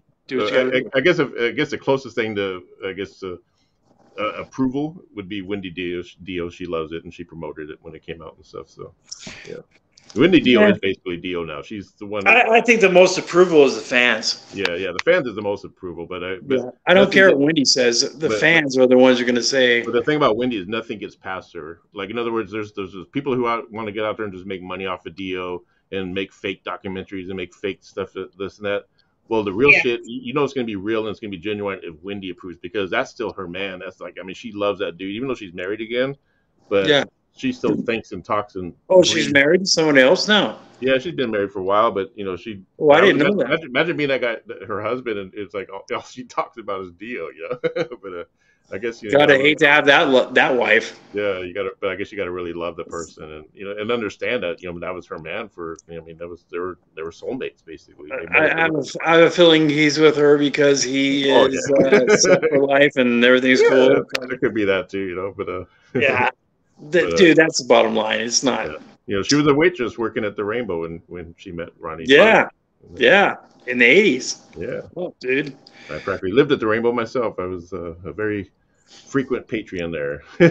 You know what, Eric? That's where I very first tried cocaine was at the Rainbow. I've been to LA. I picked up, my daughter was there and I picked her up on my bike and stuff like that. But I've never been to the Rainbow. I've never been on Hollywood Strip. Gotta go to the Rainbow, man. And that's a bucket list right now. That's like going to Disneyland and not getting on the Pirates of the Caribbean. You have to go to the Rainbow when you go to Hollywood. See, I've been to Disney. Come January, I'm going for a concert over at Bar Sinister, so I'll let you know how that goes. Yeah, Bar Sinister is a great place. I frequent there many times. I've never been, so this will be my first time to Los Angeles and California as a whole. Yeah. So this should be really interesting to see how this goes. Bar Sinister is a really good club. So when it first came out, it was like the goth club to go to, but then it started getting a little bit kind of hipster, I think now it's still a very popular goth club, and it's all the goths go there, all the. But there was a time when it kind of started getting a little bit too, because once everyone knew about it, and it became kind of like, you see like lawyers and doctors dressing up as goth, and they come in there and. Hey, that's their. But that's a good thing yeah, it's a good thing that because it is transcending and reaching a lot of people. But to the actual, but to the real goth people who like to keep their shit underground and keep it to themselves, I can see where that can be annoying for them. But I didn't care. Especially if you're drinking fucking like blood. when you and Johnny and Brandy were all talking about that the last time with the Troubadour and stuff like that. Yeah. Like once plays start jumping, then everybody gets involved. Yeah. Yeah, I'll tell you all the hot spots to go to, Andrea. You want to go to Bar Sinister, the Rainbow, check out Troubadour. Go to Guitar Center. You know what'd be cool if Tony said, "Hey, bro, hey, I would go down there and hang out for a week." Yeah, I've been to LA. I was in, motorcycle clubs back in 2000 and stuff like that. Yeah, but as far as is that where you got your big cross on your faces from the biker world? Yeah, in a way, I've always had my faith and stuff like that, but it's like things are changing, and I'm going through a big dramatic change. And if you see on my Facebook page some things I posted, check it out. Yeah.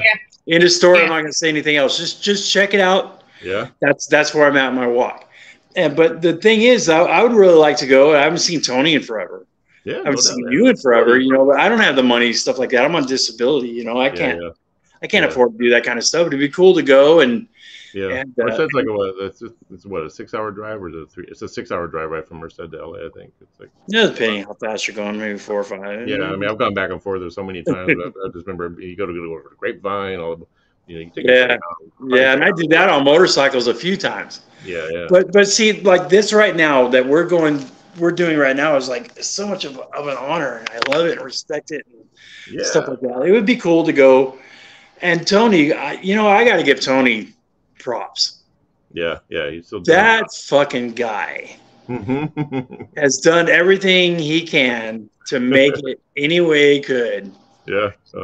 And he's still doing it. Kudos for you, bro. It's all good. I love you, bro. I don't agree with a lot of shit and stuff like that, but I also can say this: Tony's a fucking warrior, bro. Yeah.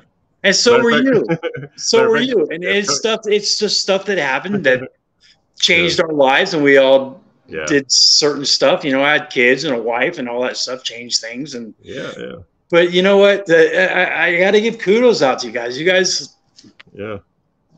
That's the thing about Tony. Like, it's funny too. Like, we're bringing it up now. Like, I think every episode of the Metal Block, we've brought Tony up, and he always comes up. You know what? I can't wait until we do the whole thing on Will-O-Wisp. It's like magic. Yeah. When we do the whole thing on Will-O-Wisp, that's cool because I was the second bass player. Oh yeah. No, I think I may not have been there so long, but it's still an honor to be to say, hey, I was the second bass player. Yeah, I think you were. And the original bass player is my kids' family blood. Yeah. You know what I'm saying? That's cool. So it's like I'm already cemented. I think we had. I want to say we had about 4 or 5 after you. I was a bass player at some point. There was a time where I said, "Fuck, I'm just gonna play bass." Then there was a time where we got to 2 guitar players. I had 3 guitars. I was playing guitar, and we had Andrix and Ibex on guitar. The reason why I wanted an extra guitar player because when I would play live, my guitar cord kept popping out. I just wanted to sing. I got tired of playing guitar live because I just kept having too many technical difficulties. I just wanted to be able to be free and front the crowd and all this stuff like that. So that's a good thing for you. And I'm glad I wasn't around for that part of shit. I was like, you guys trying to change this shit. I'm like, yeah. When we got when we became like a 5-piece, it's like, with the keyboards and then the 2 guitar players and me as a singer. That's when we were really being real progressive metal wise, and it was a really good lineup. I thought, it's like that's cool. I just wish. But I blew it out with the Addiction. We had a lot of fun. But let me tell you something. Yeah. This lady right here, and the Glam Reaper is backing everything you are doing as far as all this stuff, and I appreciate her. She's such a great person. She's so cool, dude. Yeah. You're an honor. It's an honor to have you as a person here. Your presence. When he told me he was having you on here, I was like, heck yeah, put me on there too. Yeah. Well, no, you're just a younger generation from where we came from, and you're here, and it's like fucking thank you. I mean, it's not hard to keep up with it because I'm a fan just like you, and just like but you're Eric. passing it along to other people. It's nice that we can find some common ground and find the things that we can find in common together and be able to talk about it the way we are without too many holdups. Yeah. I'm doing the best I can here with the information I've given. Yeah, But you're still passing it along too. You know, you. Oh you, yeah, easily. You, I do you it with are. my kids. I do it with my friends. You know, it's Yeah. something that it doesn't take any time or effort. You throw a song on, and someone says, "Hey, I like that," Yeah. and then you tell them what it is. Music is transcendent. Matter of fact, it's no different than when we were in the 80s or whatever. We were hanging out with people whose music was the 70s and the 60s, and we were appreciating what they do. And you know, like I'm listening to Led Zeppelin and Black Sabbath. I still love Zeppelin. Yeah, but yeah, I couldn't touch the 50s stuff again. Like I said, I couldn't stand it there, and I'm so glad I'm away from this. I'm 50 years away from that shit. You know, it's like, you know, I'm glad if I was a grandpa today, my music would totally blow my grandkids away compared to the. Oh, mine is. Yeah, so my grandkids are like going, put grandpa's music on. It's like yeah, and then they're coming over here going, hey, grandpa, put on Maiden. Grandmothers. I mean, yes. Yeah. Whereas, like, you know, See, when my grandpa put music on, I'd be like, oh, the D. But see, Eric, that's the cool thing. You're doing this, and you're opening doors to where we can pass this on to our family. Yes. And that's a fucking cool thing. I love you, brother. Bless I love you too, man. And another reason why I do it is because I know I'm not going to be on this planet much longer. I mean, hopefully long as planet. But the thing about the internet is we'll live forever. Yes. It's immortality in digital. It's immortality. When Andrea's like working on our body and putting embalming us and stuff, people are going to be watching our videos. I'll embalm you so epic. I'm going to make sure I'm shipped to Andrea's morticia place, or what do you call it? The morgue. That's what I'm saying. When I die, I want to go send me to Andrea. Just fucking leave it alone. Literally, like I said to people, put it in, get it notarized and legal, and I literally have to come and do it. I just want to be a tree. Nobody can touch you. Yeah. Plant me under a tree. Fuck it, I'm good. Do like a. We talked about that one video. Go back there and look at all the rules and stuff, because I literally can't do that. Yeah. I know, there's so much fucking government. Hey, what if you could do like a mobile mortician? Like you just be able to drive around and just, you know, embalm people from state to state, city to city. It's like a service, you know, like a DoorDash. I think I'm already embalmed just being here today. Originally, an embalmer was a traveling salesman because there wasn't really a place for them. The Undertaker services didn't want them around because that takes away from them building caskets. But really, they used to ride around in a wagon and be like, "Do you need something embalmed?" and probably get chased out of town. It was not an easy life. It's a lot easier now being sedentary and having people brought to me. Yeah. Fuck no, don't embalm me, don't do shit, just burn me, put me in a little thing and bury me under a fucking tree so I can grow. I can sprinkle you wherever. That's not a problem, but yeah, I can't just throw your body and be like, peace. Yeah. I know. Now back to Dio. What did you guys think of Dio when he got back with Black Sabbath and did Dehumanizer, the record? That's another record that kind of flew under the radar. And I didn't even start appreciating until like maybe a couple of years ago. I was just like, you know, I didn't even know it existed until about 5 years ago. I was Bible Black. I didn't know that was a thing. Bible Black on that? No, I'm talking about Bible Black was on when he rejoined with Heaven and Hell, but we're talking about when Dio joined Black Sabbath in 1992, or maybe it was 1991, and just put out the album Dehumanizer. Oh. Yeah, and it was an album that a lot of people just sort of didn't listen to, or that when they did listen to, they just weren't that. But now it's actually got a resurgence going, where now everyone's going back and listening, like, wow, you know. And it's got a song called "I" on there, which is a really good song. Yes. And then when he got back with Heaven and Hell, the reason why they had to call it Heaven and Hell, it was supposed to be Black Sabbath with Dio, you know, like a reunion. But what happened was Ozzy Osbourne, I guess, owns Black Sabbath, the name. I guess you know.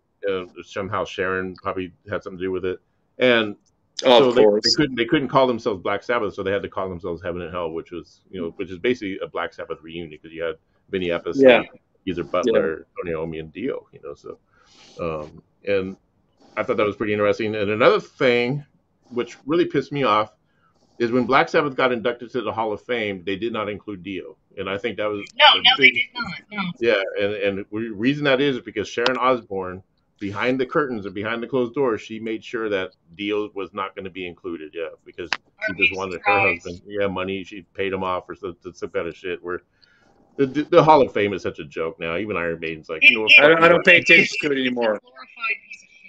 Yeah, it's just it's like they got one rock act this year, like Rage Against the Machine. So we got Rage Against the Machine representing rock and roll and metal guys, one band in the Rock and Roll Hall of Fame. Go figure. Yeah, they could have picked better if you ask me, but that's all right. Yeah. I like Rage, but it's okay. But I'll tell you this: you can't change what's in our heart. Yeah. Exactly. We see who should be in the Hall of Fame. We know what's up. Yeah. Fuck them. End of story. But if Sharon Osbourne didn't have her sticky little fingers in it, then he would have been mentioned, and he should have been. Exactly. Well, yeah. So what we're hoping is that since Tom Morello is on the committee, and who else is on there? Like, Dave Grohl is on the committee as far as judging and stuff like that, or not judging, but just seeing who can kind of get in. They tried their hardest to get these bands in there to deserve it, but it's whoever else is running that Hall of Fame is just like they're just like not having it. So we're hoping that Dio is going to get in there by next year. And if all they need to do is watch a new documentary that came out, and that should tell you right there how much this guy deserves to be in the freaking. Damn straight, yeah. You nailed it right there, Eric. Even if the Rock and Roll Hall of Fame is still a joke, he's still, it's just for the fans. He needs to be in there, Damn right. Yeah. Even though Iron Maiden can care less about it, and they always shun it, and they always talk bad about it, but the fans want them in it, and I would like to see Iron Maiden get in it, Yeah. So You're absolutely right. I agree with that. But they pass all these bands up to put Missy Elliott, Cool J. We actually spoke about that before when that happened. You were just like, "Are you fucking kidding me?" Wait a minute, you're a fucking racist if you go against it.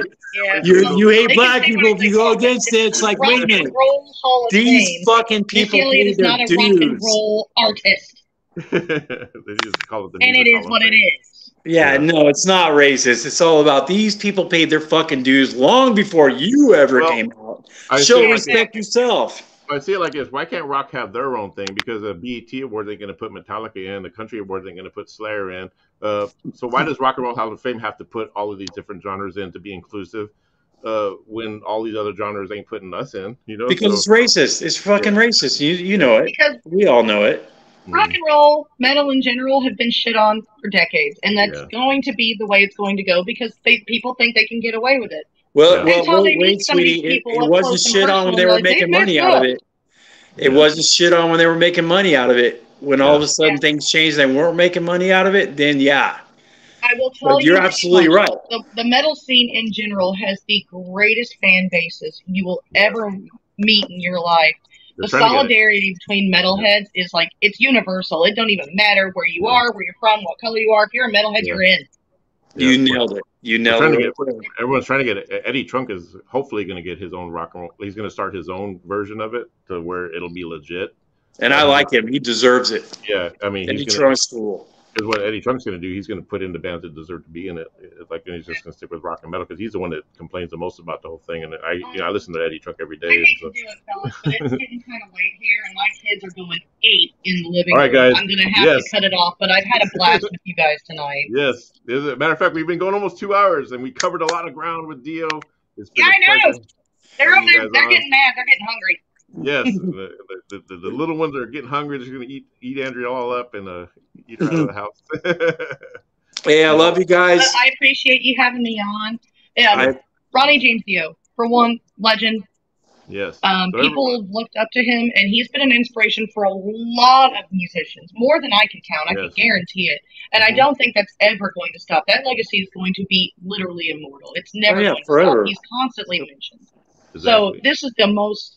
I think this is the best idea because you're talking about a man who really did start a movement in the right direction. Yep. And there's no better man for it. When you think of heavy metal, there's only a couple names that come up, and his is one of them. They'll always be. Hey, Eric. Yeah. Eric and Glam Reaper, I love you guys. You guys have a good night. Yes. I'm honored to be a part of this, and thank you. And everyone, get out there and buy Dio. Get anything and everything on Dio. Yes. Wave the Dio flag. Good luck. Always the horns out. Everyone. Oh, love you guys. And peace out. Peace out. See y'all next time on The Metal Block.